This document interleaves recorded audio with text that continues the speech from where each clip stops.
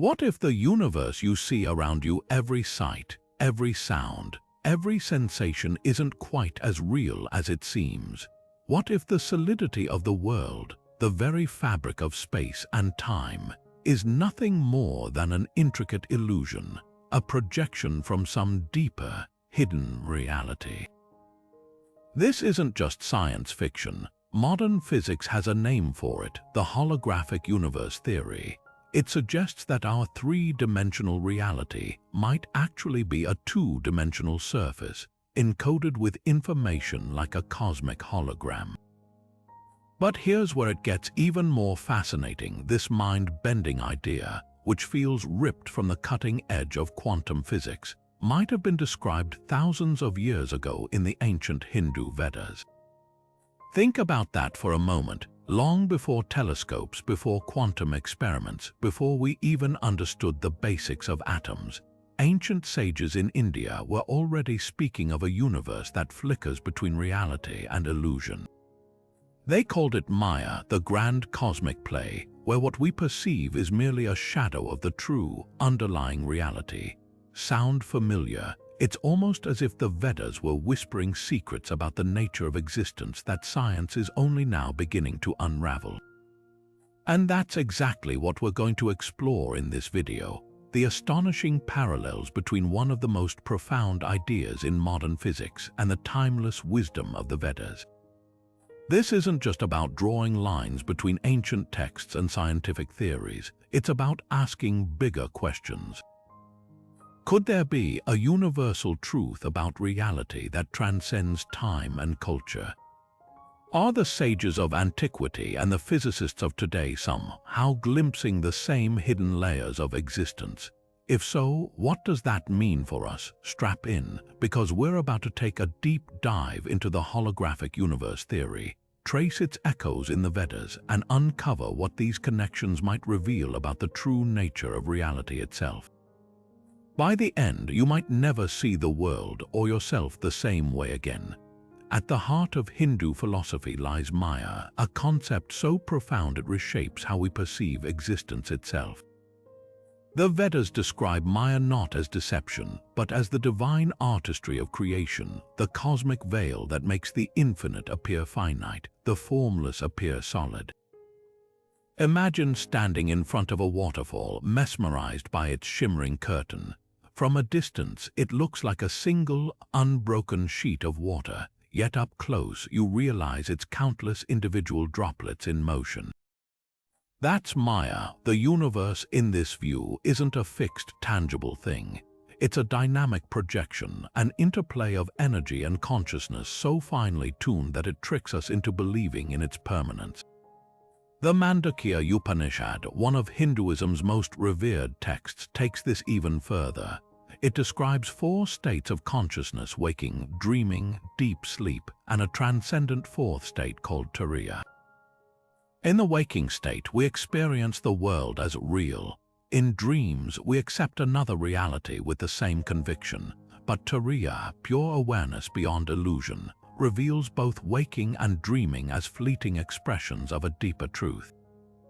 This mirrors the holographic principle's claim that our 3D reality is a kind of cosmic dream, a secondary layer emerging from a more fundamental, information-rich substrate. What's striking is how these ancient seers articulated ideas that resonate with modern science. Quantum physics tells us particles exist in probabilities until observed, that reality is participatory. The Vedas, millennia earlier, declared that the observer and observed are inseparable, that consciousness shapes Maya. The Bhagavad Gita even likens the material world to a banyan tree with roots in the divine, its branches weaving the illusion of separateness. Sound familiar? It's uncannily close to physicist David Bohm's holographic model, where the universe is an explicate order unfolding from an implicate wholeness. But here's where the Vedic perspective deepens. Maya isn't just about illusion, it's about transformation. The texts speak of Leela, the divine play, where reality is a dance of concealment and revelation. The world isn't dismissed as fake, it's celebrated as a purposeful expression of the sacred. This reframes the holographic metaphor. If the universe is a projection, it's one with meaning, an invitation to look beyond the surface. The same principle appears in temple architecture, where intricate carvings dissolve into unity when you step back, a visual echo of how Maya operates. So why does this matter today? Because it bridges science and spirituality in a radical way. If both modern physics and ancient wisdom point to reality as an interactive, participatory phenomenon, it challenges our everyday assumptions. The chair you're sitting on, the screen in front of you, what if their solidity is a kind of agreed-upon hallucination, a collective immersion in Maya? The Vedas offer a path beyond illusion, Jnana knowledge and dhyana meditation as tools to pierce the veil. Science, meanwhile, probes the universe's code through mathematics and experimentation. Different methods perhaps, but converging on the same astonishing possibility. That reality is far stranger, far more interconnected than we ever imagined. The Vedic texts paint a universe far stranger than the solid, clockwork cosmos we often assume. In the Rig Veda, one of humanity's oldest scriptures, there's a hymn that describes creation as the golden womb of cosmic potential, where reality emerges not from matter, but from a primordial vibration, a soundless sound called nada. This isn't just poetry, it's a blueprint of existence that eerily parallels modern holographic theory, where the universe might arise from fundamental bits of information vibrating at the edges of space-time. The Vedas call this underlying fabric Brahman, the boundless, undivided reality that projects the dance of form and illusion we call Maya. Consider the Vishnu Purana, which describes the cosmos as a series of nested illusions like layers of an onion. At each level, reality appears complete unto itself until you peel it back to reveal a deeper, more subtle layer beneath. This mirrors the holographic principle's claim that our 3D world is a kind of surface copy of information stored on a distant 2D boundary. Just as a hologram can reconstruct a full image from any fragment of its surface, the Vedas suggest that every atom, every star contains the imprint of the whole.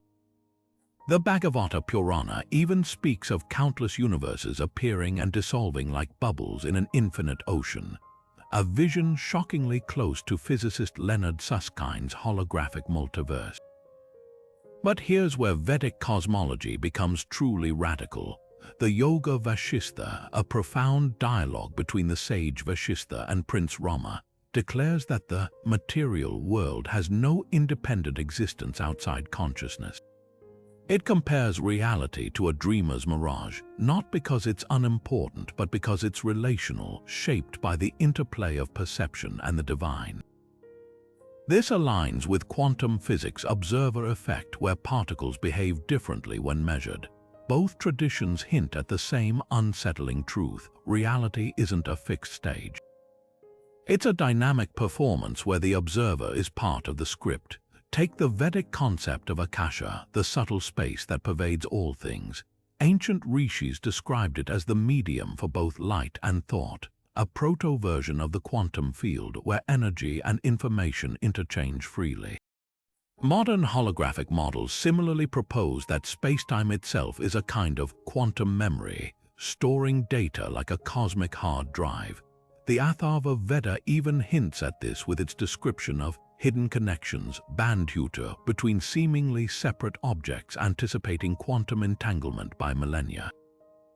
What's breathtaking is how these texts reconcile illusion with meaning. Maya isn't a nihilistic trick, it's the canvas for a sacred story. The Purusha Sukta depicts the universe as a divine sacrifice, where the cosmic being's body becomes the fabric of existence, an idea that resonates with holographies, encoding metaphor. Just as a hologram's data must be read by light to manifest an image, the Vedas teach that reality requires the light of awareness to unfold. This transforms the holographic metaphor from cold physics into a participatory mystery. If the universe is a projection, we're not just passive viewers. We're co-creators, weaving the illusion even as we move through it. The implications ripple outward. If Vedic seers and holographic theorists are describing the same phenomenon in different languages, it suggests a perennial wisdom, a thread of insight woven through time. Perhaps the rishis accessed through meditation what physicists now approach through equations. That reality is less a thing and more a process, less a noun and more a verb. The universe in this light becomes less like a machine and more like a living thought, a cosmic dance where every step is both illusion and revelation. And that invites a question far older than science. If reality is this fluid, this intertwined with consciousness, what might we become when we truly wake up to it? The Rig Veda, a collection of hymns dating back over 3,000 years, holds cryptic verses that shimmer with an almost prophetic understanding of holographic reality. One of its most startling passages describes the cosmic being, Purusha, whose body becomes the universe, every part containing the essence of the whole. With 3/4 Purusha ascended, 1/4 remained here, the hymn declares, suggesting a reality where the seen and unseen are fragments of a singular unity.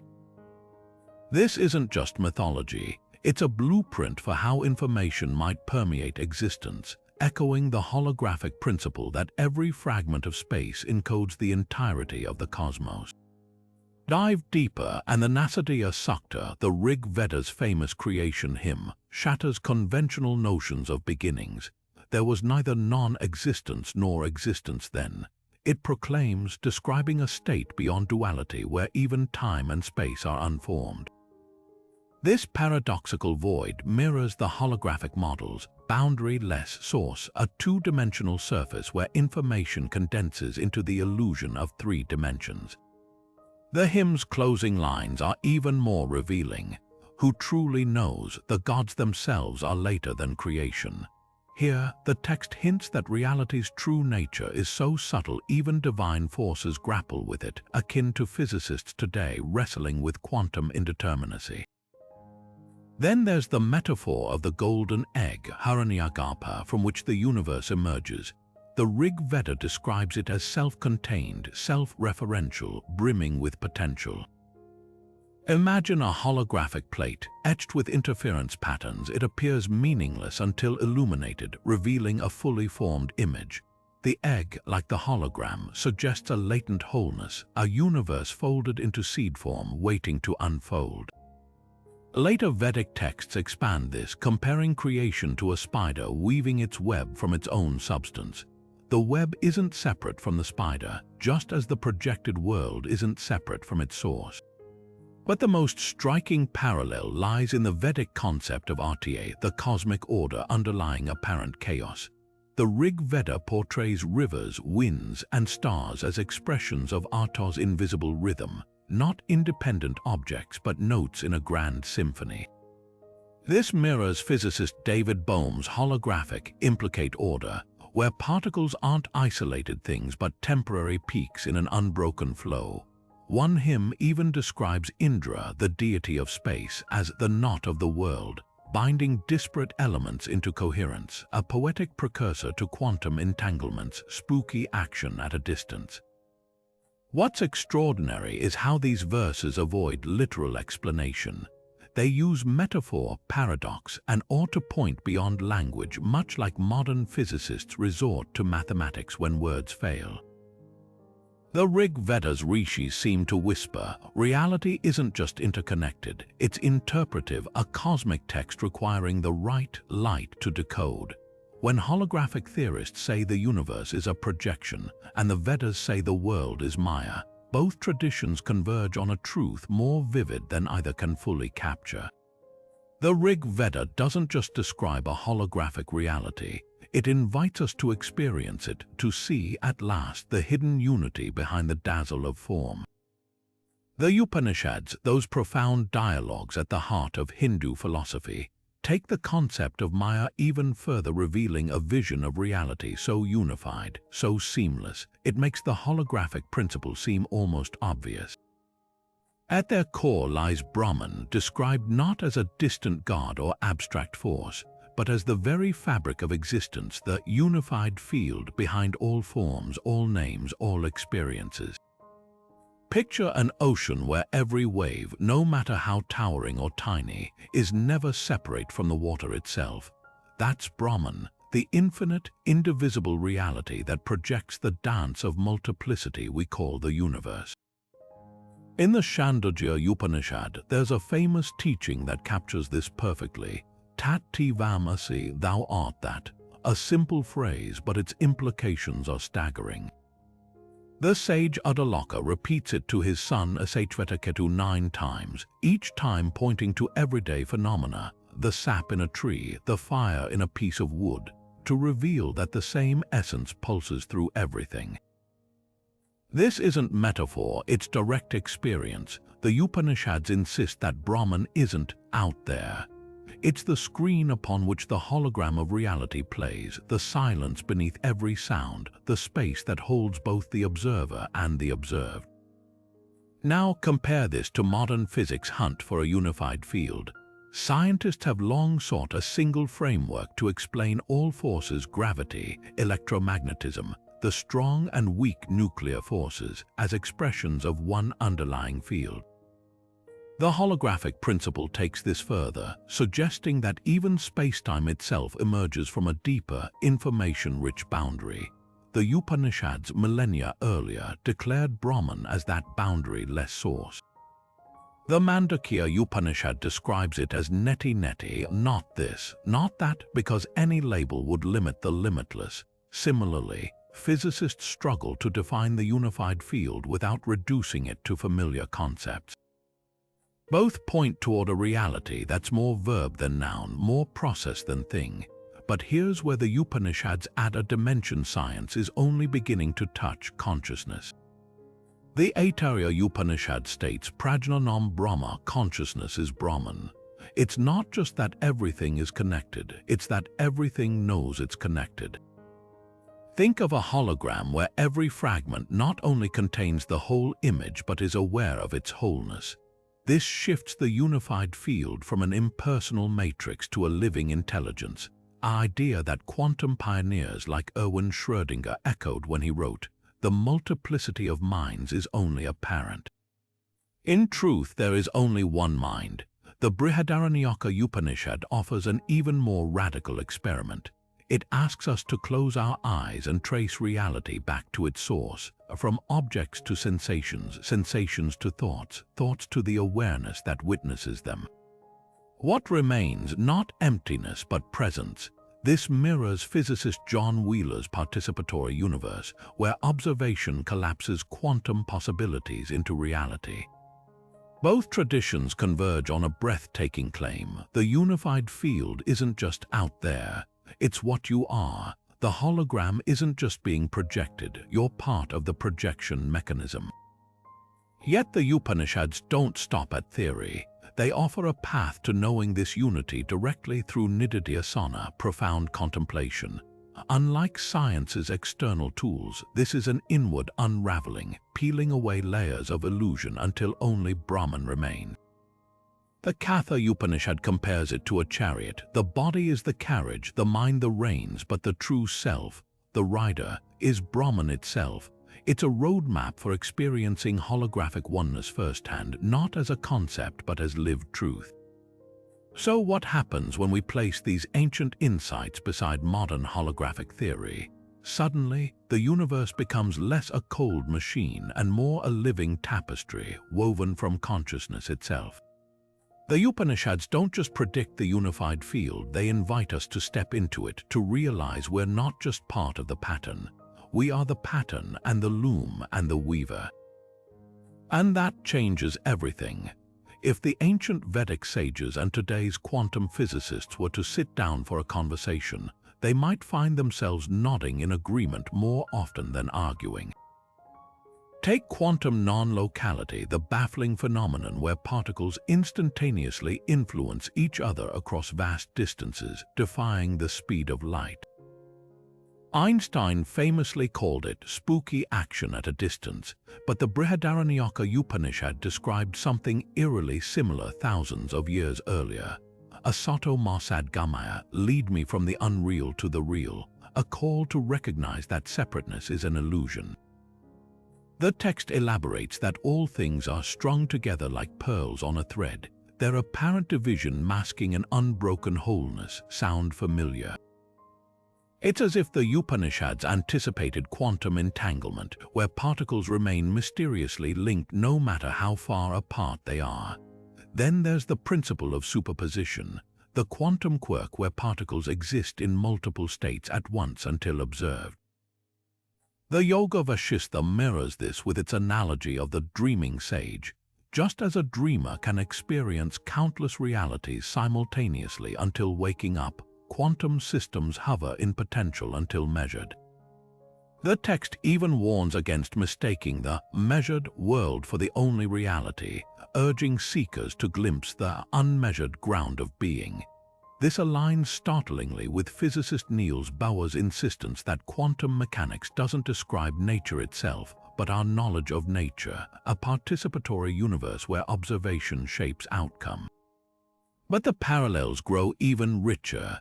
Quantum field theory proposes that particles are excitations in an all-pervading field, like ripples on a pond. The Vedas speak of Akasha, the subtle space that carries both light and thought, where form is born from formlessness.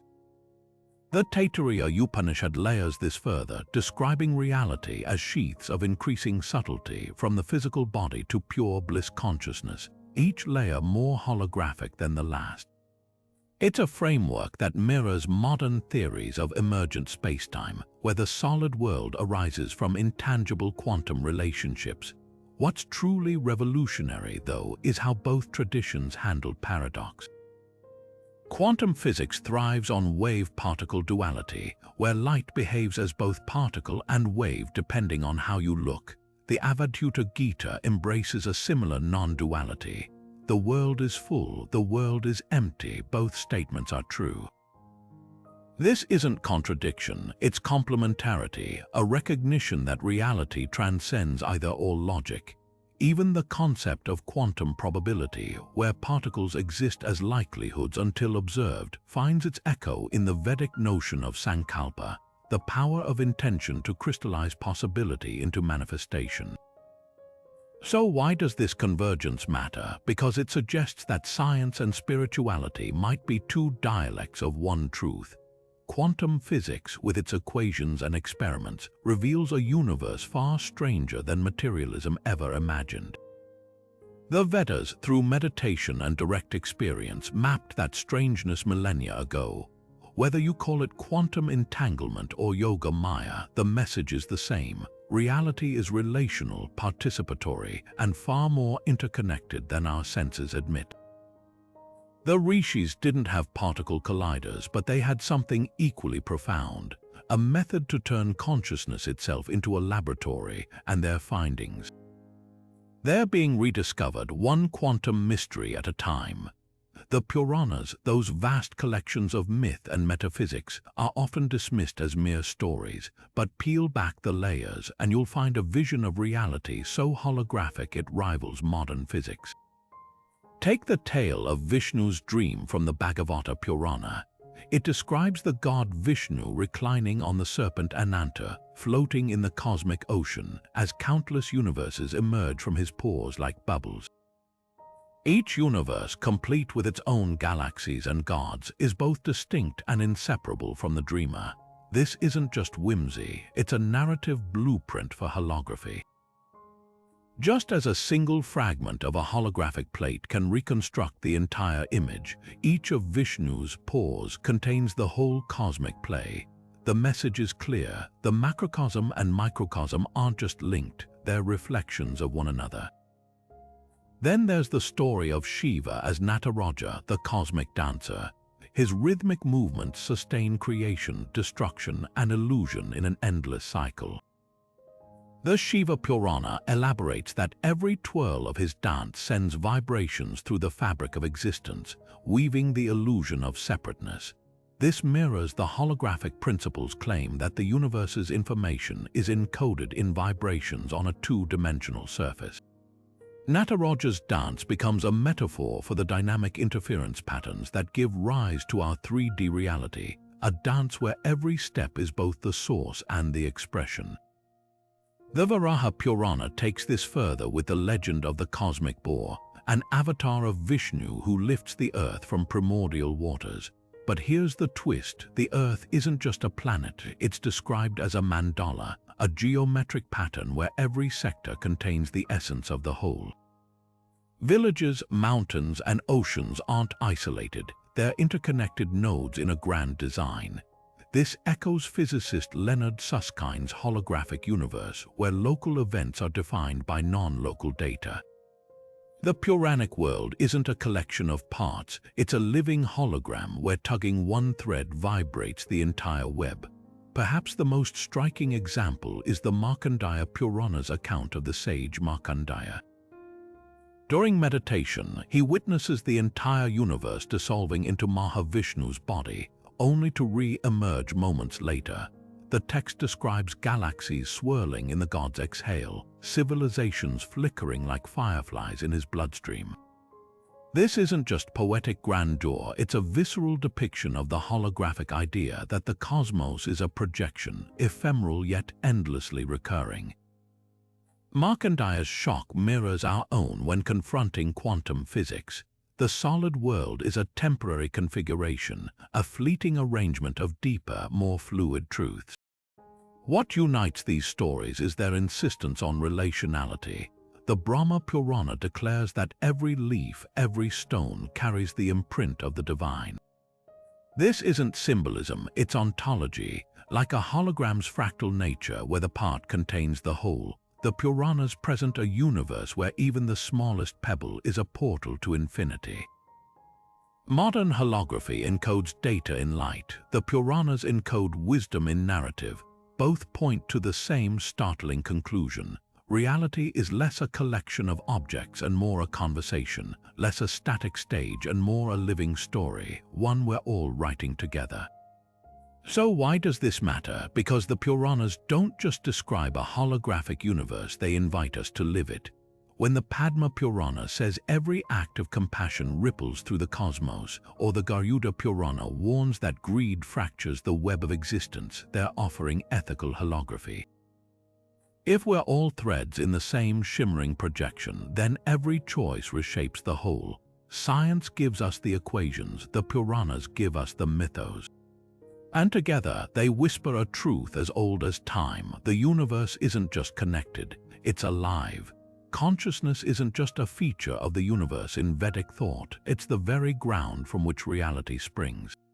The Prasna Upanishad puts it succinctly: from consciousness, space is born, from space, air, from air, fire, from fire, water, from water, earth. This isn't a poetic metaphor but a radical ontology. Imagine building a house where the blueprint isn't just instructions, it's alive, aware of itself as it manifests walls and doors. That's the Vedic view. Creation isn't a mechanical process but a conscious unfolding, where the observer and the observed arise from the same source. Modern holographic theory stumbles into eerily similar territory. Quantum physics has long grappled with the measurement problem. The fact particles only settle into definite states when observed. Pioneers like John Wheeler proposed that the universe is participatory, a self-excited circuit where observation loops back into creation itself. The Vedas go further. Consciousness isn't just interacting with reality, it's generating it. The Aitareya Upanishad describes the cosmic self, Atman, as the eye of the eye, the ear of the ear, pure awareness that projects the sensory world like light projects a hologram. Dive into the Yoga Vasistha and the parallels grow even sharper. The text describes meditators who, through focused awareness, manifest objects and landscapes purely from their consciousness. One passage tells of a sage who dreams an entire city into existence, then wakes to realize his waking world is another's dream. This mirrors the holographic principle's claim that information, the stuff of reality, is fundamentally immaterial, a dance of potentials awaiting observation to crystallize. Even the language aligns. Physicists speak of quantum collapse, while the Yoga Vasistha calls it Sankalpa Shakti, the power of intention to condense possibility into form. But here's where the Vedic perspective transcends. The Kaushitaki Upanishad declares that consciousness isn't bound by the brain or even the body. It's the inner controller animating all things from stars to stones. This challenges the holographic model's passive information field, suggesting instead a universe saturated with sentience. Think of a hologram where every pixel isn't just data but alive, aware of its role in the whole. The Brihadaranyaka Upanishad takes this further with its famous net of jewels analogy. Each jewel reflects all others infinitely, illustrating a cosmos where every part knows itself as the entirety. Science edges toward this with theories like panpsychism, which argues consciousness is inherent in matter at all scales. But the Vedas offer something bolder, a method to verify this through direct experience. The Mundaka Upanishad compares ordinary perception to seeing a rope as a snake in the dark, a misapprehension corrected by the light of wisdom prajna. Holographic physicists might call this decoherence. The moment quantum probabilities resolve into the world we recognize, both traditions agree reality isn't fixed. It's a negotiation between perception and the deeper field. This leads to the most provocative implication. If consciousness creates reality, then you, right now, are co-authoring the cosmos. The Isha Upanishad whispers, you are what your deep, driving desire is, not as wishful thinking but as cosmic law. Quantum experiments show particles behave differently under expectation. The Vedas say this scales infinitely. Your awareness isn't just in the hologram, it's one of the projectors. The line between seer and seen blurs until, as the Chandogya Upanishad insists, there's only the seeing. Not a universe observing itself, but being itself in every fleeting, luminous instant. The Mandakya Upanishad doesn't just hint at the dreamlike nature of reality, it dissects it with surgical precision, revealing a framework so profound it reshapes how we perceive existence itself. At its core lies a simple but staggering claim. The waking world operates under the same rules as a dream. Both are projections of consciousness, layered with convincing detail yet fundamentally insubstantial. The text describes three states: Jagrat, waking, Swapna, dreaming, and Sushupti, deep sleep, each a distinct plane of illusion, each equally real and unreal depending on where you stand. Think of it like this. In a dream, you might run from a monster, feel your heart pound, even wake up sweating. The experience is vivid, urgent until you open your eyes and realize it was never out there. The Mandakya argues waking life functions the same way. The chair you're sitting on, the screen in front of you, they feel solid, independent, but just like the dream monster, they're constructs of the mind. This isn't nihilism, it's a revelation of how reality operates. The Upanishad calls the waking state Vaisvanara, the universal man, suggesting the world is a collective dream we're all co-creating moment by moment. Where this aligns with holography is uncanny. Modern physics suggests the universe is a kind of quantum dream, a projection from a deeper informational layer. The Mandakya goes further, identifying that layer as Turiya, the fourth state beyond waking, dreaming, or sleep. Turiya isn't another experience, it's the screen on which all experiences play. Imagine a film projector. The light source Turiya remains unchanged whether the reel shows a comedy or horror movie, waking or dreaming. The holographic principle echoes this, proposing that our 3D universe is a dynamic display generated by static 2D data. But here's where the analogy deepens. Dreams aren't random, they reflect the dreamer's subconscious. The Mandakya implies the same about waking reality. The objects we perceive aren't separate from the perceiver. This mirrors quantum physics' observer effect, where particles exist as probabilities until measured. The text even describes how, in dreams, the one becomes many, just as a single holographic plate can project countless images. The Upanishads' rishis didn't have lasers, but they grasped the principle. Multiplicity emerges from unity when filtered through perception. What's radical is the Mandukya's solution, prajna, or luminous insight. Unlike science, which probes reality externally, the text advocates turning awareness inward to recognize the dream as dream. It's not about dismissing the world but seeing through its mechanics, like realizing you're in a lucid dream where suddenly you're no longer bound by its rules. Holographic theorists might call this decoding the projection, but the Upanishad offers a path, meditation dhyana, as the tool to wake up while still in the waking state. This transforms how we engage with reality. If the universe is a shared hologram, then conflict, separation, even time itself are constructs convincing but not absolute. The Mandukya doesn't urge detachment, it invites play. Just as a dreamer can reshape a nightmare once aware, recognizing reality's dreamlike nature empowers us to participate more fluidly. Science gives us the equations, the Upanishad gives us the experiential key. Together, they whisper the same liberating truth: the world is more malleable, more miraculous than we ever dared believe. Among the ancient Vedic seers, few pierced the veil of Maya as profoundly as Vasishtha and Yajnavalkya. These rishis weren't just mystics, they were early holographic theorists probing reality's illusory nature with insights that still stagger modern minds. Take Vasishtha, the sage who taught Prince Rama in the Yoga Vasistha. His teachings dismantled the solidity of the world with startling precision.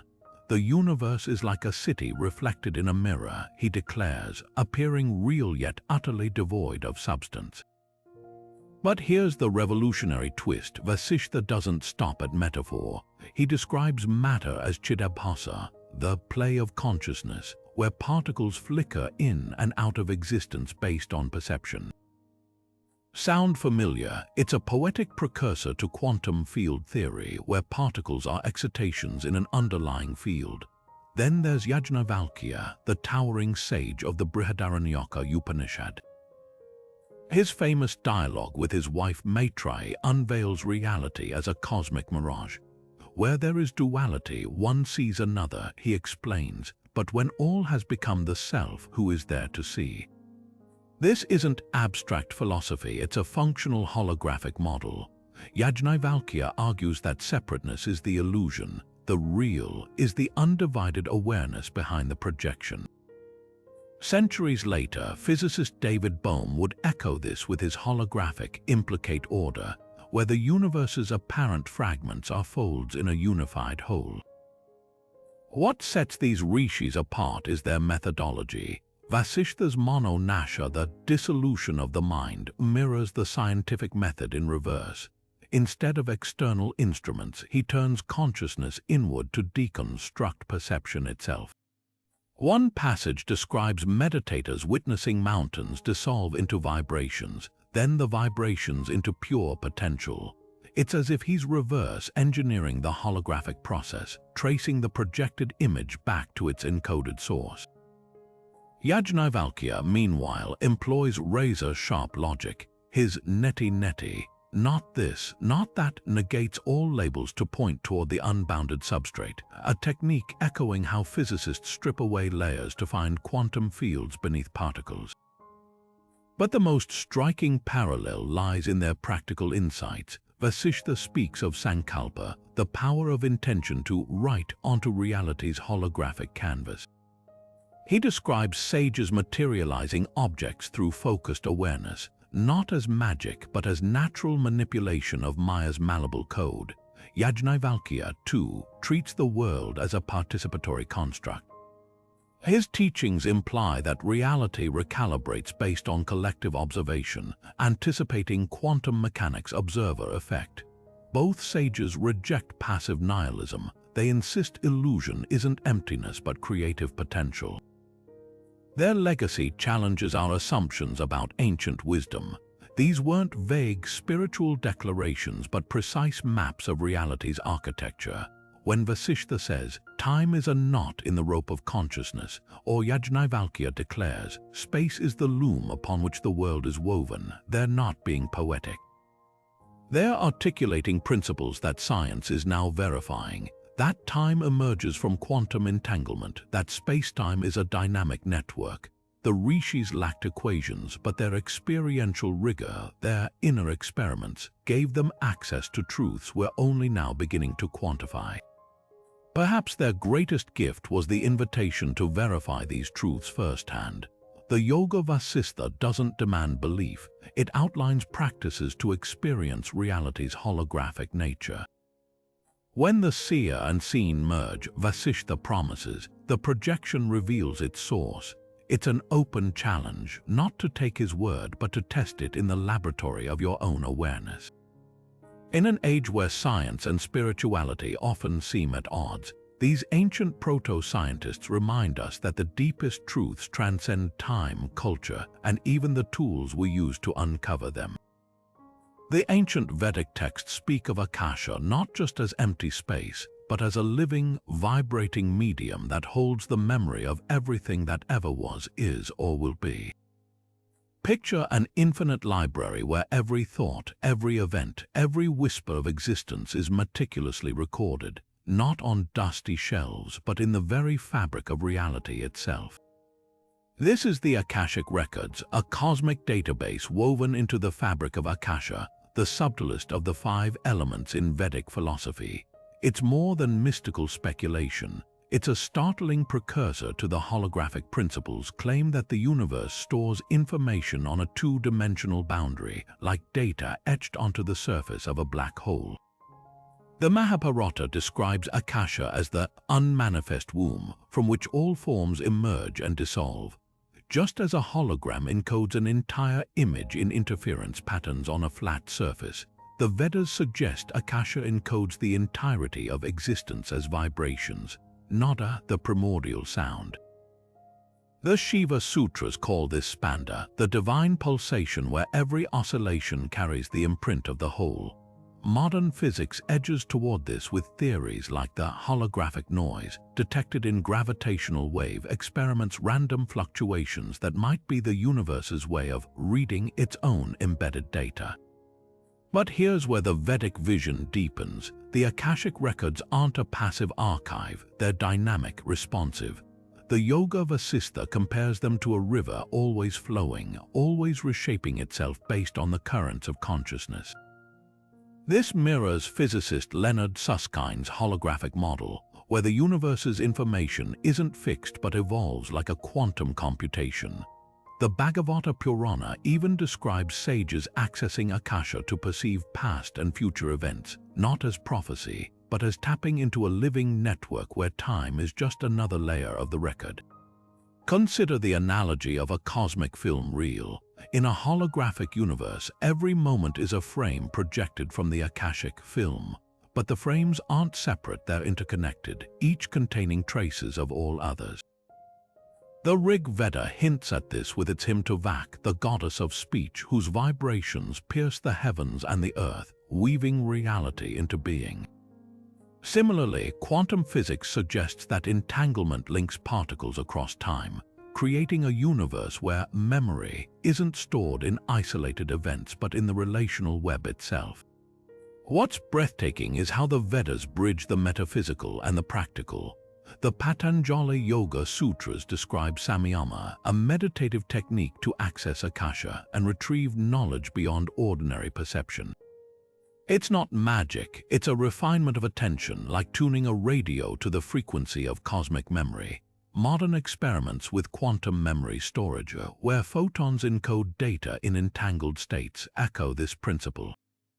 Both traditions point toward a universe that doesn't just have information but is information, a living thought remembering itself into existence. The implications ripple outward. If Akasha is the holographic medium, then every act, every thought leaves an imprint, not metaphorically but structurally.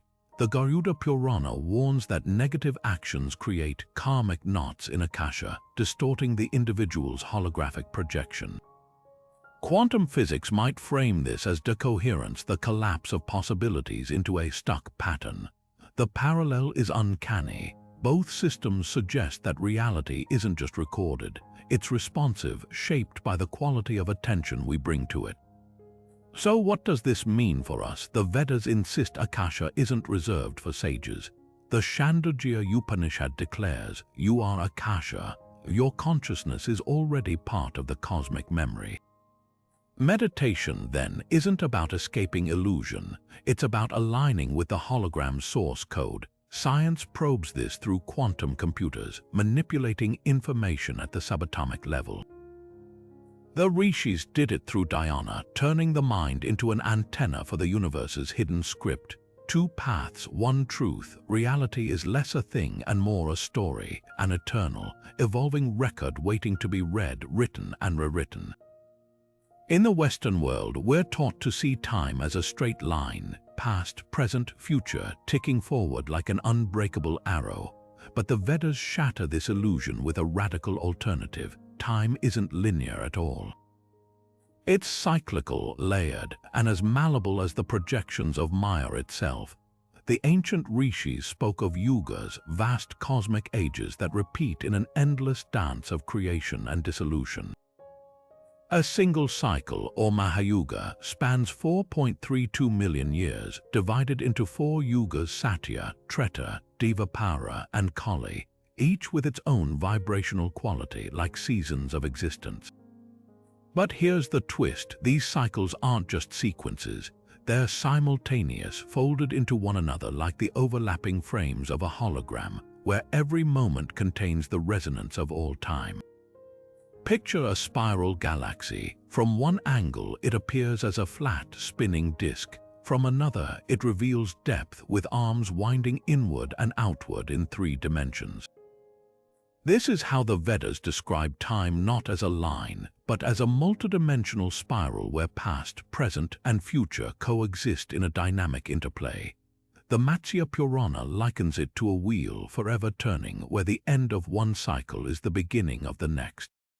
Modern physics edges toward this with concepts like block time, where Einstein's relativity suggests all moments exist eternally in a 4-dimensional continuum. But the Vedas go further. Time isn't just a dimension, it's a projection, a rhythmic pulse emerging from the timeless substrate of Brahman. Dive into the Bhagavata Purana and the implications grow even stranger. It describes how sages like Narada Muni move freely between yugas, experiencing centuries in what seems like days. To them, time isn't fixed, it's elastic, responsive to consciousness. This mirrors quantum physics' discovery that time slows near massive objects or at high velocities, but the Vedas suggest time's flow is also shaped by perception. In deep meditation, adepts report experiencing turiya, the 4th state where time dissolves entirely. The Yoga Vasistha calls this the collapse of the time wave, where past and future crystallize into an eternal now. It's as if the holographic universe has a playback speed that can be adjusted by the observer's focus. Even the structure of the yugas hints at holography. Each yuga isn't just a period but a quality of reality. Satya Yuga, the age of truth, is described as translucent, where beings perceive the unity behind form. Kali Yuga, our current age, is dense, fragmented, the hologram's projection at its most opaque. Yet the texts insist these aren't sequential. They're like channels on a cosmic radio, all broadcasting at once. The Vishnu Purana teaches that avatars like Rama and Krishna exist outside the yugas, manifesting whenever consciousness calls for them, suggesting time is less a river and more a menu, with all possibilities eternally accessible. So what does this mean for us? If time is cyclical and participatory, then history isn't locked in stone. The Mahabharata warns that forgetting time's illusory nature leads to suffering, trapping us in Kali Yuga's grip. But the same texts offer an escape: sadhana, spiritual practice as a way to step outside the time loop. Modern experiments with quantum retrocausality, where future events influence the past, hint at similar fluidity. The Vedas don't just predict these ideas, they provide a toolkit to navigate them, turning time from a prison into a playground. The next time you glance at a clock, consider this. Its ticks are just echoes of a far deeper rhythm, one you're not just observing but helping to create. The battlefield of Kurukshetra is more than a historical setting. It's a cosmic stage where Krishna unveils reality's deepest secrets to Arjuna. As the warrior prince stands paralyzed by doubt, Krishna's words cut through the illusion like a laser through fog. The unreal has no being, the real never ceases to be. This isn't just philosophy, it's a masterclass in holographic perception. The Bhagavad Gita repeatedly compares the material world to a sat, a fleeting projection, while Sat, the eternal truth, remains untouched behind the display. Krishna doesn't dismiss the battlefield as fake. He reframes it as a dynamic expression of the divine, much like how a hologram is both an illusion and a precise arrangement of light. Take Krishna's famous Vishvarupa revelation. When Arjuna begs to see the cosmic form, he isn't shown a distant god. He witnesses the entire universe swirling within Krishna's body, every star, every era, every possibility unfolding simultaneously. I am time, the destroyer of worlds, Krishna declares, revealing existence as a single, living hologram where destruction and creation are two sides of the same projection. The description mirrors physicist David Bohm's holographic implicate order, where the cosmos is an unfolded expression of a unified source. Arjuna's terror mirrors our own when confronting quantum physics. The solid world dissolves into a dance of relationships where even time and space are negotiable. But Krishna's genius lies in his practicality. He doesn't leave Arjuna awestruck, he gives him tools to navigate the hologram. Karma Yoga, the path of selfless action, becomes a way to interact without sticking, like manipulating a holographic interface without confusing the image for reality. Jnana Yoga, the path of knowledge, trains the mind to recognize Maya as Maya, just as a physicist distinguishes the projected 3D world from its 2D code. Even Bhakti Yoga, the path of devotion, is reframed as a resonance with the source light behind the hologram, aligning one's frequency with the projector itself. The Gita's holographic metaphors extend to its ethical teachings. When Krishna says, "The wise see the same in all beings," he's describing the holographic principle's core. Every fragment contains the whole. A blade of grass, a king, a beggar, all are local expressions of the same underlying data.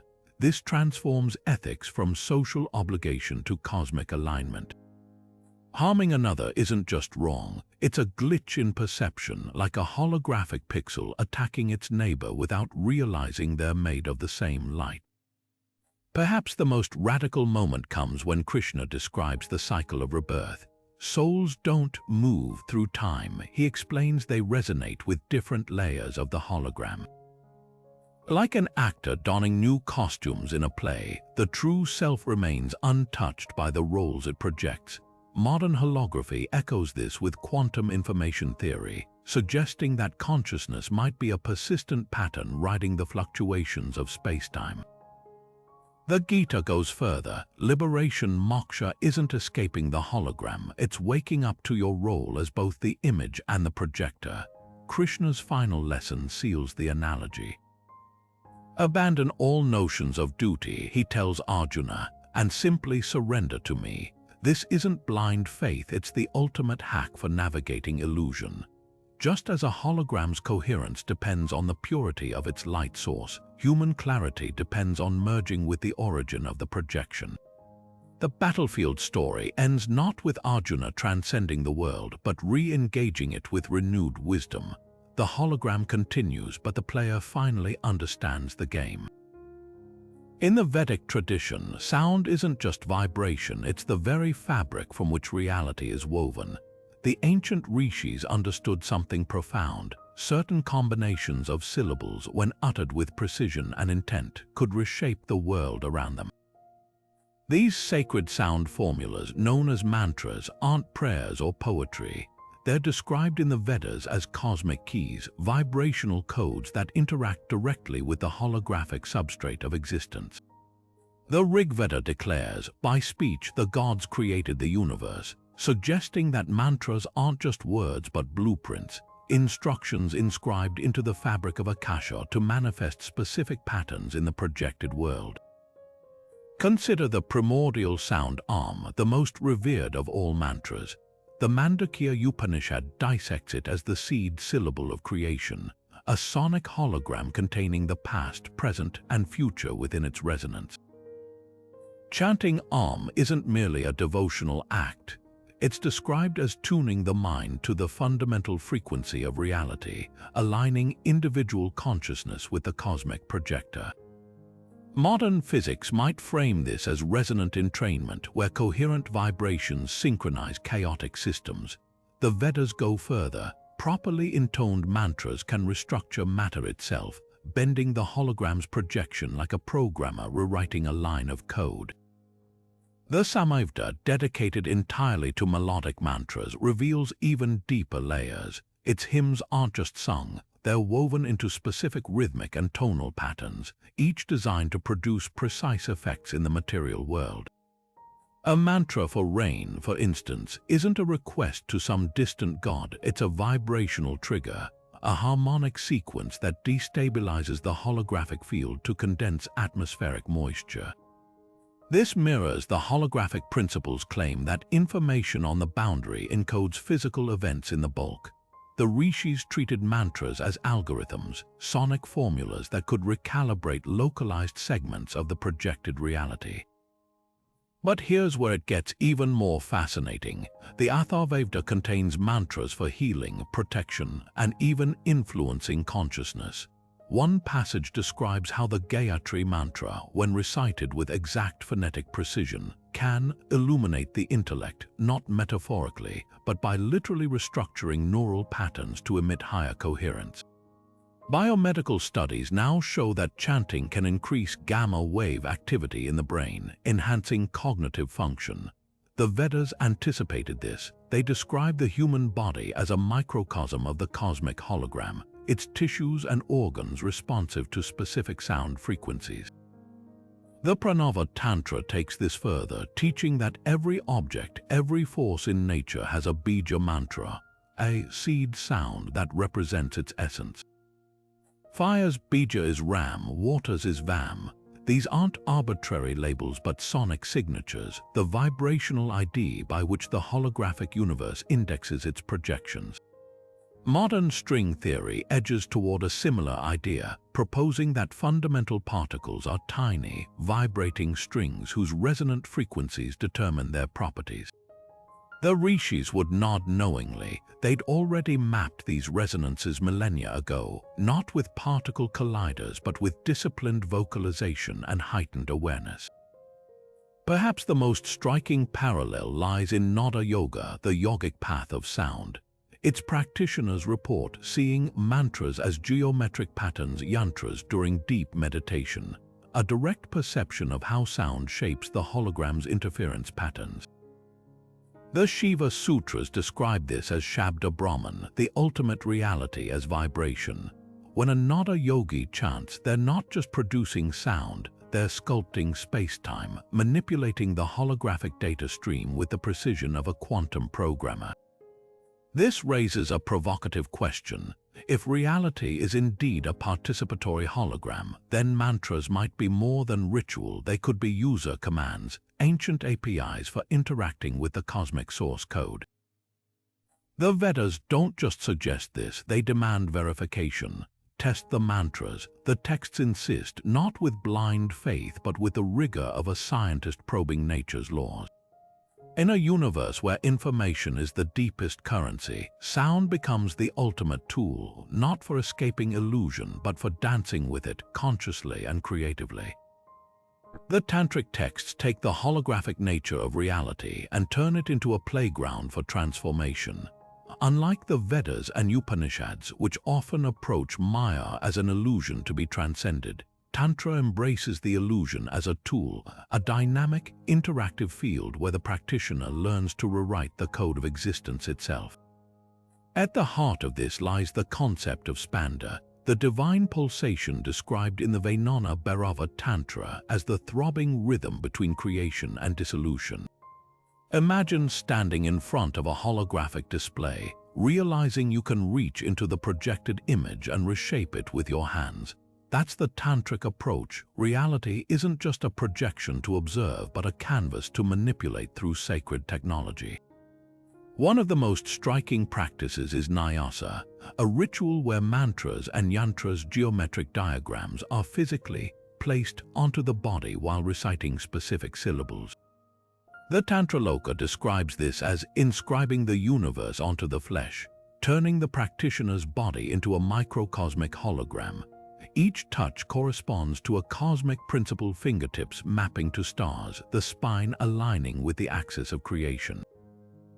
This isn't symbolic, it's a tactile recalibration of the body's energy field to mirror the macrocosm. Modern physics might compare it to quantum programming, where localized interventions affect the entire system. The tantric adept, through nyasa, becomes a walking interference pattern, their very presence bending the hologram's projection. Then there's Bhairava Mudra, a meditative gaze taught in the Netra Tantra, where the practitioner learns to see through the illusion by focusing on the spaces between objects. The text compares reality to a painting on water, vivid yet inherently unstable. By softening the gaze, the tantrika perceives the gaps in the hologram, the unmanifest akasha underlying form. This mirrors the holographic principle's claim that what we call empty space is actually a seething foam of information. The practice doesn't dissolve the world, it reveals its fluidity, allowing the adept to reshape perception at will. The Kaula Tantra takes this further with Shakti Chalana, techniques to awaken the Kundalini energy. Here, the spine becomes a holographic antenna, channeling cosmic information into the body's energy centers, chakras. As Kundalini ascends, the text describes visions of fractal geometries, Sri Yantras blooming in the mind's eye, a direct experience of reality's encoded patterns. Modern researchers studying altered states note similar holographic visual phenomena during deep meditation, suggesting the brain might be tuning into the universe's fundamental information layer. The tantrics, though, didn't just observe these patterns, they interacted with them, using breath and intention to recompile their subjective reality. Perhaps the most radical tantric holography appears in Mayavada, the doctrine of illusion as creative power. The Shiva Sutras declare, the universe is the play of Chitti, consciousness dancing with itself. Unlike passive observers trapped in Maya, tantrikas become co-dancers, using rituals like yantra puja to imprint desires onto the holographic field. A yantra isn't just a drawing, it's a hyperdimensional circuit board, its lines structuring consciousness to manifest specific outcomes. The Kamakola Vilasa even describes lovemaking as a holographic ritual, where partners become deities weaving new strands of reality through their union. This participatory ethos reaches its peak in Srikakra worship, where the universe is mapped onto a 9-tiered mandala. Each level corresponds to a layer of Maya, from gross matter to pure consciousness. By moving through the mandala's gates through visualization, mantra, and offerings, the practitioner doesn't escape the hologram but gains administrative access. The Tripura Rahasya likens it to a weaver realizing there both the loom and the thread. Modern parallels abound, from quantum observer effects to VR programmers who know their creations are code yet immerse themselves fully. Tantra offers both the manual and the mindset to do the same with reality itself. What makes these practices revolutionary isn't just their metaphysical sophistication but their practicality. The Kulanava Tantra insists no liberation without enjoyment, rejecting the idea that Maya must be rejected. Instead, it's a workshop where every ritual, every breath, every glance becomes an experiment in holographic living. When a tantrika whispers a mantra into water before drinking, they're not performing superstition, they're reprogramming the liquid's quantum coherence, as later studies on water's memory might suggest. The holographic universe in this light isn't a cold mechanism but a lover, responding to every touch of awareness with infinite flexibility. The tantrics didn't wait for science to prove their theories. They built technologies of consciousness to navigate the illusion not as prisoners but as artists. Erwin Schrödinger, the Nobel Prize-winning physicist who pioneered quantum mechanics, kept a copy of the Upanishads on his nightstand, and it wasn't just for casual reading. When he wrote that the multiplicity of consciousness is only apparent, he was practically paraphrasing the Chandogya Upanishad's declaration Tat Tvamasi, thou art that. Schrödinger's revolutionary wave equation, which describes particles as probability clouds rather than solid objects, mirrors the Vedic view of reality as a dynamic play of possibilities. In his private letters, he confessed that Hindu philosophy helped him reconcile quantum mechanics' strangest paradoxes, especially the idea that observation collapses quantum states into reality. The Vedanta teaches that consciousness is singular, he wrote, and that all happenings are played out in one universal consciousness.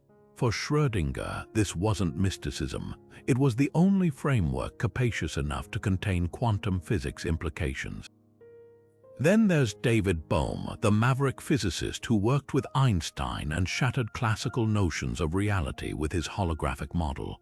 Bohm's concept of the implicate order, the hidden dimension where everything is enfolded into unity, reads like a scientific retelling of the Bhagavad Gita's cosmic vision. He described the universe as an undivided wholeness, where separateness is an illusion created by our limited perception. Sound familiar? It's nearly identical to the Vedic concept of Advaita, non-duality, where Brahman is the sole reality and Maya the fleeting projection. Bohm even used the metaphor of a hologram to explain how the entire cosmos could be encoded at every point, just as the Rig Veda describes every atom containing the essence of the whole. But the connections run deeper than general philosophy. Bohm's notion of active information, where particles are guided by a subtle, non-material field, parallels the Vedic idea of Chit, pure consciousness directing the dance of matter. When he spoke of reality as a process of unfoldment from an implicate order, he might as well have been commenting on the Yoga Vasistha's description of worlds blossoming from divine thought. Bohm didn't just borrow Vedic ideas, he arrived at them independently through rigorous physics, then recognized the ancient sages as intellectual kin. Even Werner Heisenberg, architect of the uncertainty principle, found solace in Eastern thought after quantum mechanics shattered Newton's clockwork universe. The reality we observe isn't reality itself, he admitted, an echo of the Mandukya Upanishad's distinction between waking reality and Turiya, the transcendental ground. Heisenberg's principle that you can't measure a particle's position and momentum simultaneously resonates with the Vedic teaching that Maya conceals the whole when you focus on fragments. These weren't isolated cases. Niels Bohr adopted the yin-yang symbol for his coat of arms after encountering Eastern philosophy, while Robert Oppenheimer famously quoted the Bhagavad Gita upon witnessing the first atomic bomb. Now I am become death, the destroyer of worlds. Modern theorists like Leonard Susskind and Juan Maldacena, who formalized the holographic principle, continue this tradition whether they realize it or not. Maldacena's discovery that a higher dimensional space can be mathematically equivalent to a lower dimensional boundary eerily mirrors the Vishnu Purana's description of cosmic layers nested like lotus petals. What's remarkable isn't just that these scientists echoed Vedic insights, it's how they arrived there. Schrödinger derived his ideas from wave equations, Bohm from plasma physics, Heisenberg from matrix algebra. Yet all converged on a vision of reality that India's rishis mapped millennia earlier through introspection. This isn't about science validating spirituality or vice versa. It's about two modes of inquiry, one outward, one inward, illuminating the same unfathomable truth. The holographic universe might be the ultimate meeting ground for these paths, where the microscope and the mantra reveal different facets of the same shimmering mystery. The universe appears to thrive on contradictions, countless stars, planets, and living beings existing as separate entities, yet all emerging from the same cosmic source.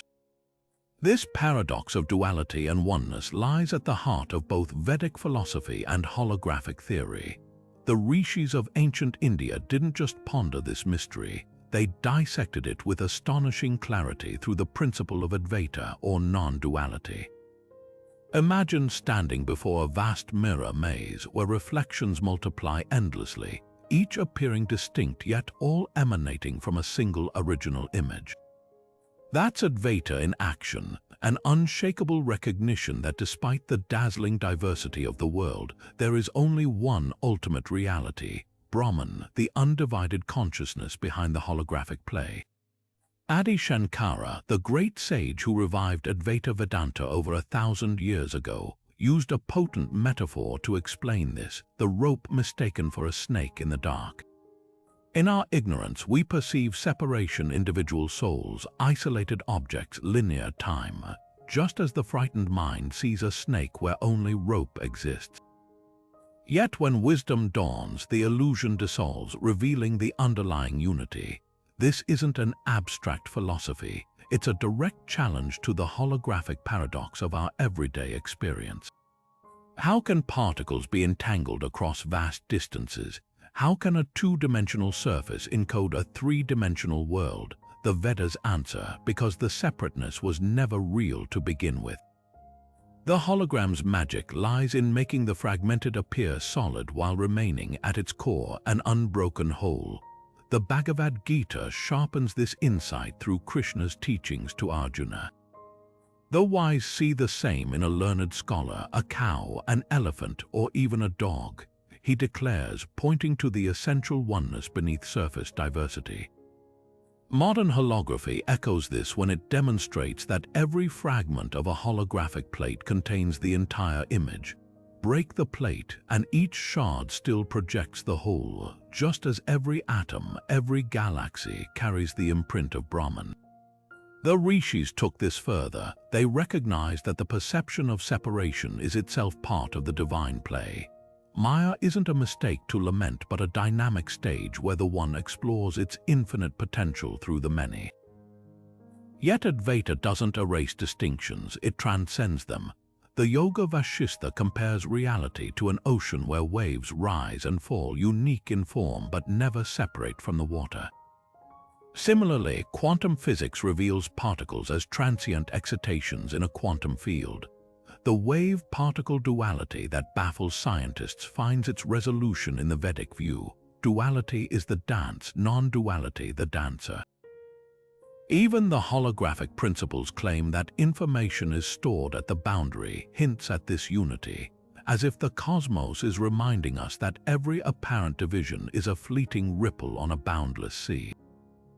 The practical power of Advaita lies in its transformative potential. The Ashtavakra Gita declares, knowing yourself as the one pure awareness, you will be free even while alive. This isn't passive acceptance but an invitation to live the holographic truth, to act in the world while resting in the certainty of oneness. When a quantum physicist speaks of observing the universe into being, or a Jnana yogi speaks of realizing the self in all, they're describing the same participatory magic. The moment illusion becomes liberation. The hologram doesn't vanish, it becomes a canvas for conscious creation. And that's the ultimate resolution to the paradox, not choosing between unity and diversity, but embracing both as facets of the same infinite reality. Among the most mesmerizing Vedic creation stories is the tale of Hiranyagarbha, the golden cosmic egg floating in the void of nothingness. The Rig Veda describes this shimmering sphere as the primordial womb containing all potential, where darkness was hidden by darkness until the egg cracked open, releasing the raw materials of existence. But this isn't just poetic imagery, it's a startlingly precise metaphor for the holographic universe's birth. Picture a blank holographic plate before it's exposed to laser light. an inert surface holding latent information. The moment the egg fractures mirrors, the instant light strikes the plate, triggering interference patterns that project a seemingly three-dimensional world from two-dimensional data. The golden shell isn't just a container. It represents the boundary where unmanifest potential becomes manifest form, much like the theoretical 2D surface in modern physics where the universe's information is cosmically encoded. The Shatapatha Brahmana expands this vision, describing creation as a sacrifice where the cosmic being Purusha is dismembered, his body parts transforming into the elements of the world, his eyes becoming the sun and moon, his breath the wind. At first glance, this seems archaic, even gruesome. Yet beneath the symbolism lies a profound holographic truth. The whole is present in every fragment. Just as a shattered holographic plate still projects the complete image from any shard, Purusha's dismemberment illustrates how the singular source diversifies without losing its essential unity. The text even specifies that his head becomes the sky, his feet the earth. A direct parallel to the holographic principles claim that information about the entire cosmos is smeared across every region of spacetime, from the highest galaxies to the lowest subatomic particles. Dive deeper into the Nasadiya Sukta from the Rig Veda, and the parallels grow even more striking. This creation hymn begins not with light or gods, but with a paradox. Then there was neither existence nor non-existence. It describes a state beyond duality, where even time and causality are unformed, an eerie precursor to the quantum vacuum fluctuations that physicists say birthed our universe from nothingness. The hymn's climax reveals creation emerging from tapas, often translated as heat or austere fervor. In holographic terms, this could symbolize the energetic instability that triggered the projection, the cosmic equivalent of a laser's coherent light interacting with the holographic plate's microscopic grooves. The verses reject a linear creator, instead portraying reality as self-organizing, an emergent property of information seeking expression. Then there's the Puranic account of Brahma awakening on a lotus sprouting from Vishnu's navel. The image is arresting, the creator god floating atop a single stem with the lotus's petals unfurling into infinite universes. This isn't mere mythology, it's a fractal hologram in narrative form. Each petal represents a self-contained reality, yet all stem from the same source, just as separate holograms can share a single light source. Vishnu's navel, the cosmic axis, becomes the singularity point where the projection originates. Modern multiverse theories, which posit countless universes bubbling up from a quantum foam, feel like scientific retellings of this ancient vision. The Puranas even describe Brahma's cyclical creations and dissolutions, each lasting for 32 billion years, matching cosmology's hypotheses about universal entropy and rebirth. Perhaps the most holographically rich myth is the Vishnu Purana's depiction of the god dreaming the cosmos into existence while reclining on the serpent Ananta. Here, universes emerge from his pores like bubbles, each complete with its own laws and timelines. The imagery perfectly encapsulates the holographic principles claim that our 3D reality is a surface phenomenon generated by deeper processes. Vishnu's dreaming state mirrors the quantum ground state, the baseline reality beneath our perceptions. The bubbles aren't illusions, they're temporary configurations of an eternal substrate, much like how a hologram's projected image changes while the encoded data remains constant. What unites these myths is their insistence on seed syllables, sacred sounds like Am or Aum that precede physical creation. The Maitri Upanishad calls these the subtle form of the elements, vibrational templates that structure matter. This aligns uncannily with string theory, where particles are essentially musical notes on microscopic vibrating strings. The Vedic seers treated creation as a symphony, with Nada Brahma, sound as divine, tuning the hologram's interference patterns into galaxies, mountains, and minds. The myths aren't just stories, they're user manuals for a participatory universe, inviting us to recognize and perhaps even resonate with the vibrational codes humming beneath reality's surface. When modern physicists speak of the universe as a cosmic hologram, and the Vedas speak of Maya woven from divine sound, they're harmonizing across millennia, revealing a truth too vast for any single language to contain. Ayurveda, the ancient Indian system of medicine, doesn't just treat the body, it reveals it as a living, breathing hologram. Every pulse, every breath, every cellular process mirrors the cosmos in miniature, a fractal reflection of the universe's grand design. This isn't poetic exaggeration, it's precise science encoded in texts like the Charaka Samhita, which declares, as is the atom, so is the universe, as is the microcosm, so is the macrocosm. Ayurveda maps the body as a dynamic interplay of 5 elements: earth, water, fire, air, and ether, each resonating with corresponding cosmic forces. Your bones aren't just calcium deposits, they're the earth element's imprint, echoing mountains and continents in structure and stability. The blood coursing through your veins mirrors rivers and tides, while the digestive fire, Agni, replicates the sun's transformative power on a microscopic scale. Dive into the Sushruta Samhita and the holographic parallels deepen. The text describes Mama points vital energy junctions where flesh, veins, and consciousness intersect. These aren't arbitrary spots, they're nodal points in the body's holographic grid, akin to the pixels of a cosmic projection.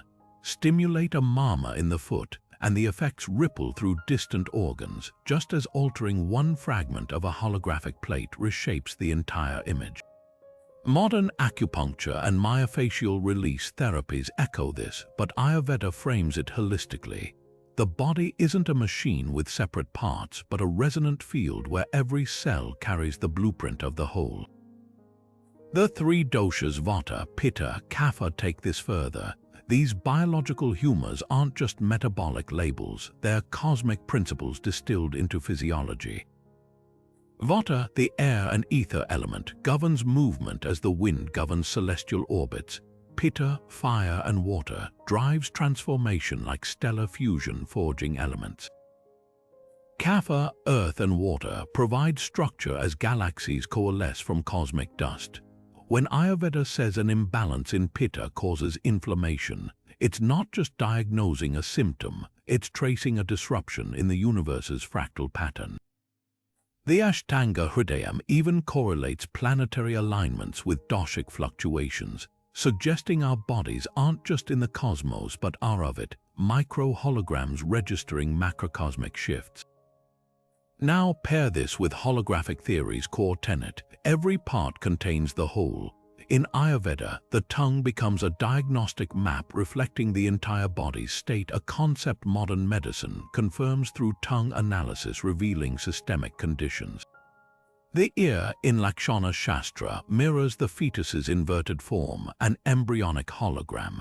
Even something as mundane as a pulse reveals not just heart rate but the symphony of organs, emotions, and planetary influences, a 3-dimensional readout of the body's encoded data.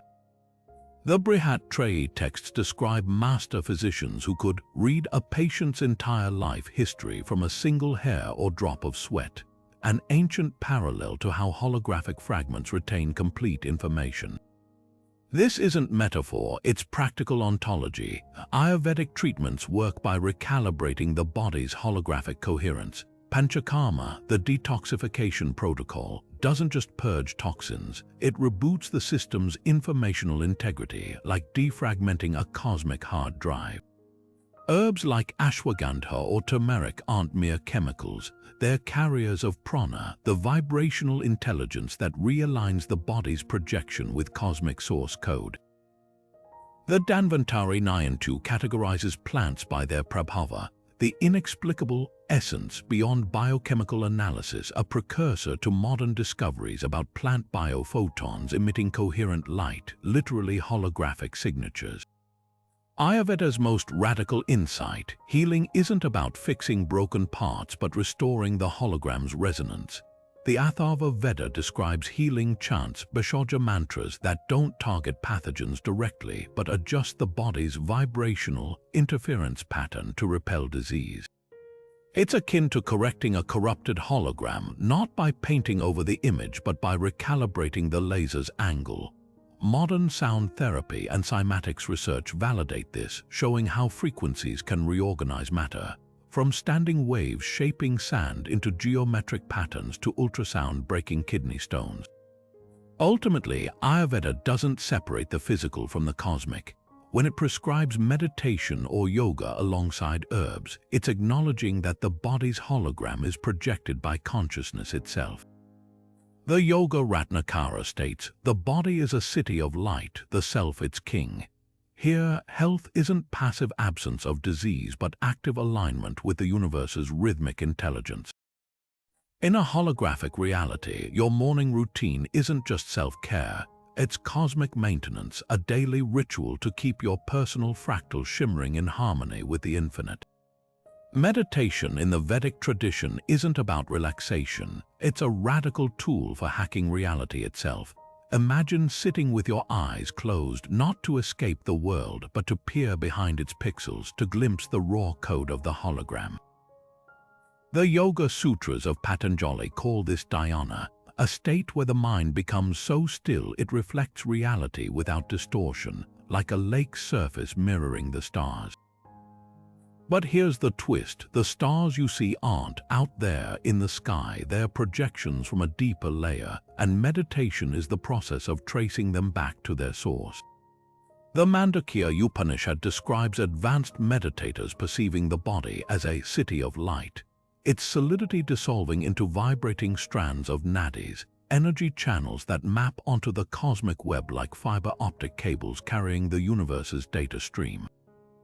One of the most powerful techniques is ajapa japa, the silent repetition of the Soham mantra, I am that. Practitioners focus on the breath's natural rhythm, mentally synchronizing so with inhalation and ham with exhalation. Over time, the mantra becomes autonomous, looping like a background process while awareness expands. The Shiva Samhita compares this to watching the projector instead of the movie. The meditator stops identifying with the holographic image and tunes into the light source behind it.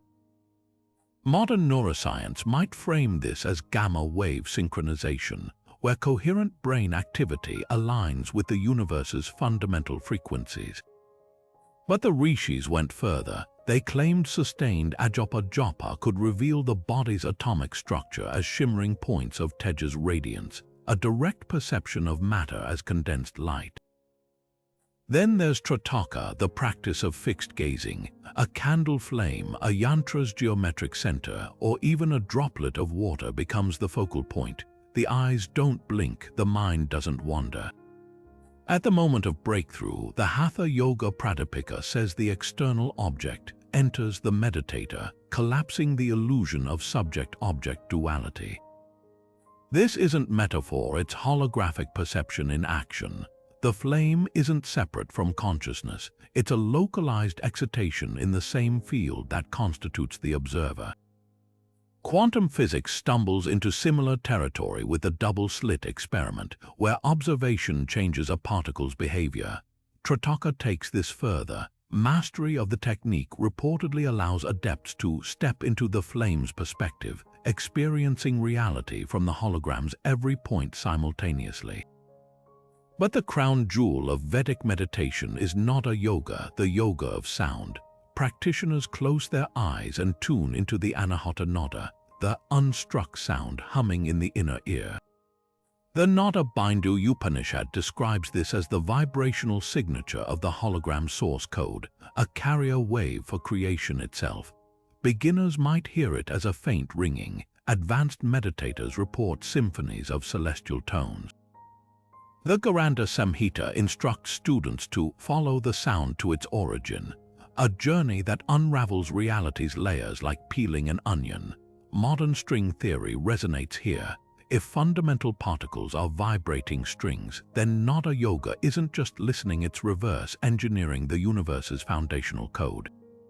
There are accounts of yogis who, through nada, could read the vibrational state of objects or people, diagnosing illness or predicting events by interpreting interference patterns in the cosmic hum. The ultimate goal, Savikalpa Samadhi, where the meditator perceives the hologram scaffolding while remaining fully conscious. The Yoga Vasistha describes this as seeing the world as a painting on water, vivid yet transparent, substantial yet fluid. In this state, time bends, space folds. A single breath might contain the rise and fall of civilizations, or a glance might unveil the fractal branching of every possibility. It's not dissociation from reality but hyper-association, where the interconnectedness of all things isn't a philosophy but a sensory fact. The Bhagavad Gita calls this Brahma Vihara, dwelling in the absolute, a mode of being where every action, every thought becomes a conscious edit to the hologram's projection. What makes these techniques revolutionary is their democratization of cosmic perception. You don't need a particle accelerator or a quantum computer to explore reality's foundations, just a quiet corner and disciplined attention. The rishis didn't just teach meditation, they left behind an open-source manual for hacking the hologram, one breath, one mantra, one gaze at a time. And the most astonishing part, they insisted the keys were never hidden. They're woven into the fabric of your awareness, waiting for the noise to settle so the signal can shine through. Some skeptics argue that drawing parallels between Vedic texts and modern holographic theory is little more than wishful thinking, a case of seeing patterns where none exist. They point out that ancient scriptures are often poetic and metaphorical, not rigorous scientific documents. When the Rig Veda speaks of the golden womb of creation or the Upanishads describe consciousness as the fabric of reality, isn't it a stretch to equate these with quantum fields or holographic encoding? The concern is valid. Cherry-picking vague verses to fit contemporary theories risks distorting both science and spirituality, but this criticism overlooks a crucial distinction. The Vedas aren't being treated as physics textbooks, they're recognized as maps of experiential truth, compiled by seers who explored consciousness with the same precision that scientists probe matter. The overlap isn't forced, it's emergent, revealing how deep inquiry, whether inward or outward, converges on similar insights about reality's nature. Another common rebuttal focuses on translation bias. Modern interpreters, steeped in quantum terminology, might project those frameworks onto ancient texts. When the Mandukya Upanishad describes reality as a dream, does it truly anticipate the holographic principle, or are we simply imposing today's paradigms onto old poetry? Here, the Sanskrit itself offers clarity. Terms like Maya illusion and Brahman absolute reality aren't vague. They're meticulously defined across millennia of commentary. Adi Shankara's 8th century analyses of Advaita Vedanta dissect perception's illusory nature with logic as sharp as any scientific critique. The texts don't just suggest reality is malleable, they prescribe methods to test it, akin to peer-reviewed experiments in consciousness. Then there's the charge of selective attention. For every Vedic verse that seems to echo holography, there are dozens about rituals or deities. Doesn't this undermine the connection? Not when you consider context. The Vedas are layered like a hologram itself, with surface narratives concealing deeper teachings. The Puranas, for instance, wrap cosmology in allegory. Vishnu's dream isn't literal mythology but a pedagogical tool to convey interdependence. Even scientific papers use analogies. Einstein famously explained relativity using trains and clocks. Dismissing ancient wisdom because it's couched in story form ignores how effectively narrative communicates complex ideas across cultures and eras. A more substantial critique comes from materialists who argue consciousness can't possibly shape reality, that neurons create awareness, not the other way around. Yet cutting-edge neuroscience is starting to challenge this assumption. Studies on placebo effects, quantum cognition, and neural plasticity reveal how expectation alters biology. The Yoga Vasistha anticipated this centuries ago. The world is as you see it. When meditators report altering pain perception or body temperature through Tummo practices, science confirms their claims. The gap between consciousness as epiphenomenon and consciousness as fundamental narrows yearly precisely the bridge Vedic texts have long suggested exists. Perhaps the fairest skepticism asks, if these ancient models were so advanced, why didn't India develop holographic technology first? The answer lies in divergent goals. Vedic science sought moksha, liberation, not gadgets. Their technology was inner transformation, refining perception to directly experience unity. The laser and hologram are external mirrors of an internal truth the rishis accessed through disciplined introspection.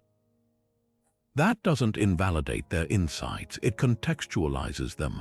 After all, Einstein didn't invent telescopes, yet his theories revolutionized astronomy. Truth isn't bound by the tools used to uncover it. The strongest counterargument, though, comes from the texts themselves. The Brihadaranyaka Upanishad warns against intellectualizing truth without direct experience. Words are but pointers. Modern physics, for all its equations, similarly hits a wall when confronting consciousness. The Vedas and quantum theory converge not because one copied the other, but because both in their own ways bump against the limits of language and logic when describing reality. That shared humility, more than any specific parallel, might be the most compelling evidence of all. Western materialism, with its roots in Newtonian physics and Cartesian dualism, frames the universe as a vast machine made of separate parts, atoms colliding in empty space, consciousness reduced to chemical flickers in the brain. This mechanistic view, while enabling technological marvels, leaves glaring gaps when confronting reality's deepest mysteries. Why does quantum entanglement defy locality? How does consciousness arise from inert matter? The Vedas, by contrast, offer a holographic framework where these paradoxes aren't anomalies but natural expressions of a unified cosmos. Imagine the difference between seeing a painting as mere pigment on canvas versus recognizing it as a play of light and perception. Materialism clings to the pigment, the Vedic lens reveals the light. Take the hard problem of consciousness, the puzzle of how subjective experience emerges from neural activity. Materialist science tinkers with brain regions and neurotransmitters, yet can't explain why electrical impulses should feel like anything at all. The Aitareya Upanishad cuts through this dilemma with a radical proposition. Consciousness doesn't emerge from matter, matter emerges from consciousness. Prajnanam Brahma, consciousness is the ultimate reality, declares the text, positioning awareness not as a byproduct but as the foundational field. This aligns with holographic models where observation collapses quantum possibilities into reality. The West asks, how does the brain create the mind? The Vedas ask, how does the mind project the brain? Then there's the issue of reductionism, the materialist habit of dissecting systems into ever smaller parts to understand the whole. This approach excels at building smartphones but stumbles before life's interconnectedness. A rainforest isn't just trees and soil. It's a dynamic web where fungi communicate through mycelial networks and trees share nutrients via symbiotic roots. The Rigveda's hymn to Artya, cosmic order, mirrors this insight. Reality isn't assembled from building blocks but unfolds as a seamless whole where each part reflects the totality. Modern ecology now echoes this, revealing ecosystems as self-regulating wholes, much like a hologram's fragments encoding the complete image. Materialism's Achilles' heel is its treatment of time as an absolute arrow, marching rigidly from past to future. This linearity fractures experience into disconnected moments, breeding existential anxiety. Why are we here? Where are we going? The Vedas dissolve this angst with cyclical time, where creation and dissolution pulse like breath. The Yuga cycles, spanning millions of years, depict civilizations rising and falling like waves. not as purposeless repetition but as a spiral of evolving consciousness. Even modern physics hints at time's fluidity. Relativity shows it bends near massive objects. Quantum experiments suggest retrocausality. The Vedic model doesn't just accommodate these findings, it anticipates them, framing time as a holographic projection woven by collective perception. Ethically, the contrasts deepen. Materialism, untethered from intrinsic meaning, often reduces life to competition for resources, genes fighting for survival, economies prioritizing growth over balance. The Vedic Dharma, however, sees all beings as interconnected expressions of Brahman. The Isha Upanishad declares, Tina Tyaktina Bunajatha, enjoy life through renunciation, advocating not asceticism but reverence, where consuming less isn't sacrifice but alignment with cosmic harmony. In a holographic universe, harming another is self-harm, a truth ecological crises now force us to confront. What makes the Vedic model uniquely cohesive is its embrace of paradox. Western thought often treats mind and matter, science and spirituality, as incompatible domains. The Vedas dissolve these false dichotomies.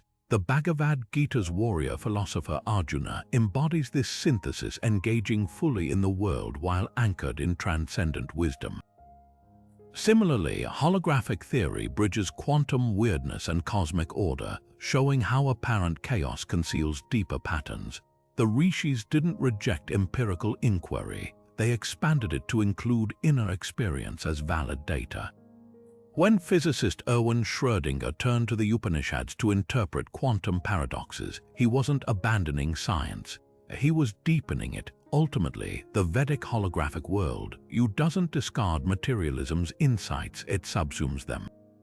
Like upgrading from flatland to 3D, it retains all observable phenomena while revealing their interconnected essence. The choice isn't between science and spirituality, but between a fragmented cosmos and one alive with meaning, where every electron, every thought, every galaxy is a note in the same cosmic symphony. The Vedas don't just offer answers, they reframe the questions, inviting us to see not just with eyes but with the whole of our being. What if waking up to the holographic nature of reality could fundamentally reshape how you move through the world, not just philosophically, but in the grit and grace of daily life? This isn't about abstract theory. It's about recognizing that every choice, every relationship, even your sense of self might be threads in a vast, shimmering web of interconnected light.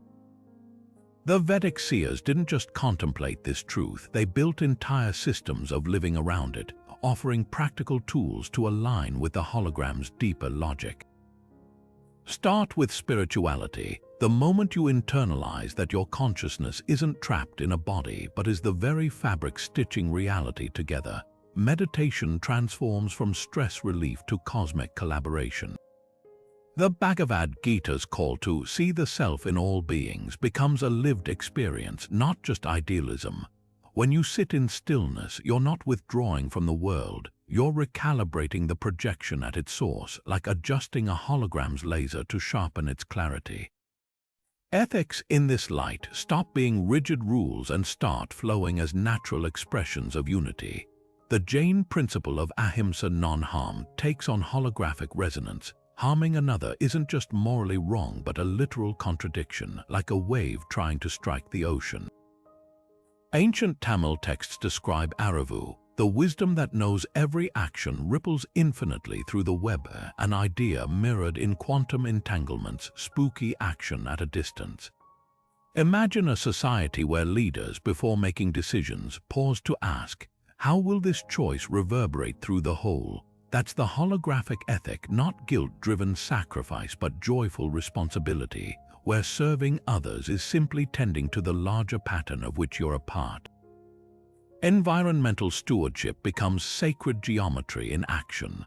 The Atharva Veda worships rivers as veins of the cosmic body and forests as the lungs of the earth millennia before ecology coined those terms. When indigenous traditions speak of mountains as ancestors or rivers as kin, They're not anthropomorphizing nature, they're acknowledging the holographic truth that out there is a misnomer. Modern permaculture, with its closed-loop systems where waste becomes food, unknowingly mirrors the RTA of Vedic thought, an unbroken circle where every element sustains the whole.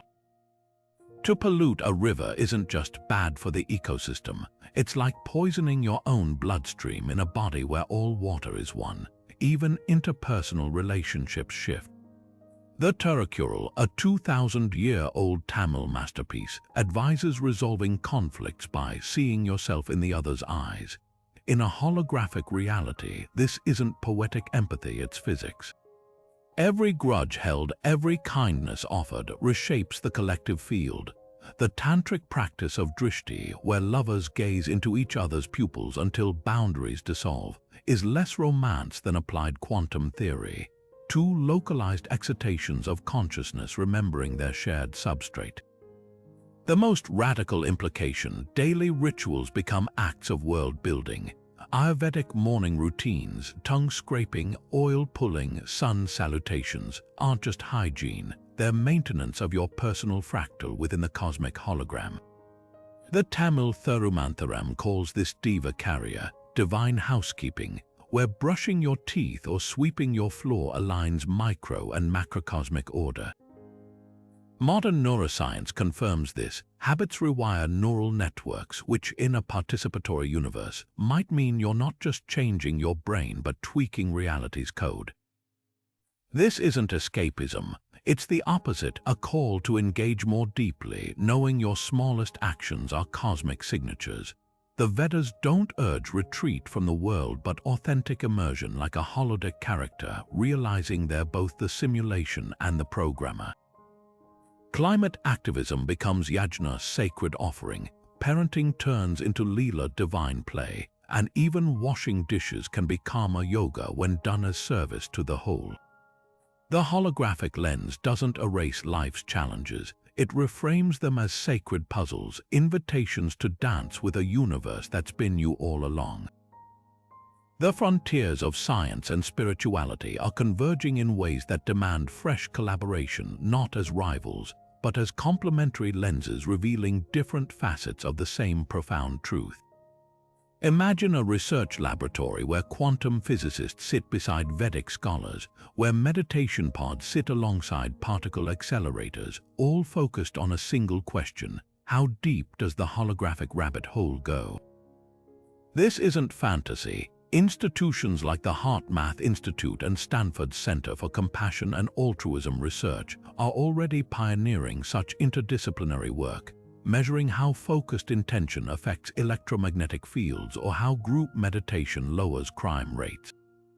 But we've only scratched the surface. Future studies could deploy electroencephalograms on advanced yogis entering Turiya states, mapping brainwave patterns against quantum coherence models. What if gamma synchrony in the prefrontal cortex correlates with the collapse of probabilistic waveforms? The Yoga Vasistha claims consciousness condenses into matter. Science could test this by monitoring subatomic behavior during deep meditation. Another ripe avenue lies in string theory and Nada Brahma, the Vedic science of sound as creation's fabric. Modern experiments already show how specific frequencies arrange matter into intricate geometries. Remember those cymatic patterns where sand dances into mandalas on vibrating plates? Now picture studying the bija mantras, seed syllables like Am or Atrim with atomic force microscopes. Do these sounds produce unique resonance patterns at the quantum level? The Atharva Veda describes mantras as architects of form. What if their vibrational sequences match the harmonic frequencies predicted by string theory's multidimensional vibrations? Collaborations between acoustic physicists and Vedic chant experts could unlock this, perhaps even developing sonic scaffolding to manipulate matter at the nanoscale. Then there's the tantalizing potential of consciousness studies. The Mandakya Upanishad describes the waking state as one of many possible frequencies of awareness. Current virtual reality research focuses on external headsets, But what if we could develop meditation tech that guides users into holographically coherent states, those where the brain's default mode network quiets and non-local perception activates? The Siddha tradition speaks of Divya Drishti, the divine sight that perceives across spacetime. Could controlled studies under fMRI reveal neural correlates for these states? Such research wouldn't just validate ancient practices, it could democratize transcendent experiences, offering empirically grounded pathways beyond the illusion of separateness. Environmental science also stands to gain. The Prithvi Sakta hymns revere Earth as a conscious being, her ecosystems interwoven like a living hologram. Indigenous wisdom has long said forests communicate through fungal networks. Only in the 21st century did science confirm the Wood Wide Web. What other Vedic ecological insights await verification? Studies could track how Agni-Hotra fire rituals affect soil microbiomes, or whether chanting the Varuna mantra near polluted water alters its molecular structure. If consciousness shapes the holographic field, then collective rituals like the Kumbh Mela or Earth Day meditations might have measurable impacts on global coherence, a hypothesis the Global Consciousness Project already hints at with its random number generators. The most radical collaborations could emerge in education. Picture universities offering joint degrees in Vedic physics or consciousness engineering, where students study quantum field theory alongside the Shiva Sutras, mastering both differential equations and dhyana. The Taittiriya Upanishad's layered model of reality, from gross matter Annamaya to bliss consciousness Anandamaya, could become a framework for interdisciplinary dialogue, bridging neurobiology, psychology, and metaphysics.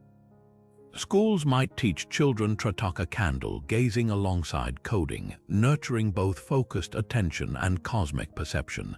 This isn't about reducing spirituality to data or mystifying science with dogma. It's about recognizing that the holographic paradigm dissolves these false divides. The rishis left clues not in peer-reviewed journals but in coded myths and meditation manuals. Modern scientists uncover parallel truths through microscopes and mathematics. Both are needed. As you watch this video, you're already participating in the next phase, not as a passive observer, but as a node in this unfolding research. Your curiosity fuels the questions, your awareness tests the answers. The hologram isn't just being studied, it's studying itself through you, and that's where the real magic begins. We've journeyed through the Vedic cosmos and the holographic multiverse, uncovering a truth so profound it reshapes reality itself. These ancient scriptures and cutting-edge science aren't just pointing in the same direction, they're describing the same breathtaking landscape in different languages. The rishis spoke of Maya, the grand illusion, while physicists describe a universe encoded on a two-dimensional boundary.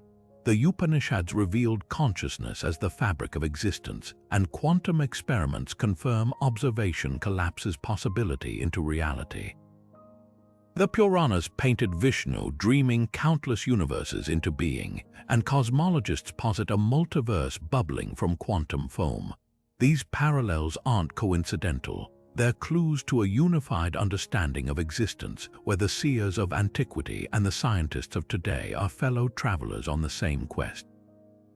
But here's the real magic. This isn't just intellectual trivia. It's an invitation to live differently.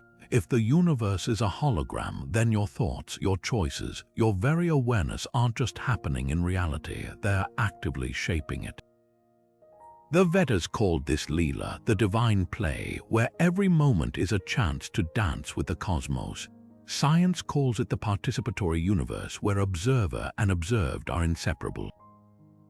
Two names, one truth. You're not a passive spectator, you're a co-creator, etching your signature into the holographic canvas with every breath. So where do we go from here? The answer lies in curiosity and courage to question the solidity of the world, to marvel at its mysteries, and perhaps, like the rishis, to turn inward as fearlessly as we've learned to peer outward. The holographic universe isn't just a theory, it's a mirror reflecting back the boundless potential of consciousness itself. If this exploration resonated with you, hit subscribe and join us as we keep unraveling the grandest mysteries, one revelation at a time. The next time you look at the stars or your own reflection, remember, what you're seeing isn't just light, it's the universe peering back at itself through your eyes.